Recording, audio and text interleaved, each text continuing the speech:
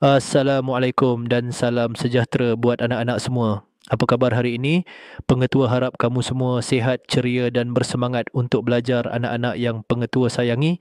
Dalam episod ke-13 cabaran motivasi kita hari ini, pengetua ingin berkongsi satu nilai yang sangat indah dan mudah diamalkan dalam kehidupan seharian, iaitu senyum itu sedekah. Mungkin ramai yang berfikir, sedekah hanya berkaitan dengan wang atau barang. Tetapi tahukah kamu, senyum kepada orang lain juga termasuk sedekah? Apabila kita tersenyum, kita sebenarnya memberi kebaikan kepada hati orang lain.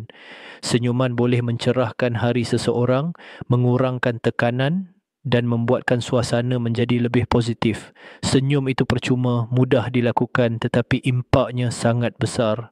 Bayangkan jika setiap seorang daripada kita sentiasa tersenyum kepada guru, rakan dan ahli keluarga, pastinya dunia kita menjadi lebih ceria dan harmoni. Cabaran pengetua untuk kamu hari ini ialah tersenyumlah sekurang-kurangnya sekali kepada setiap orang yang kamu jumpa hari ini.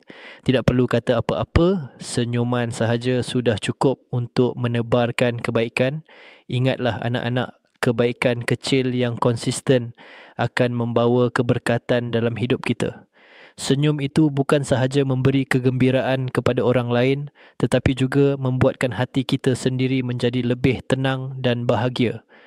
Pengetua percaya kamu semua boleh amalkan nilai ini dalam kehidupan seharian, di rumah, di sekolah dan bersama rakan-rakan. Terima kasih anak-anak semua.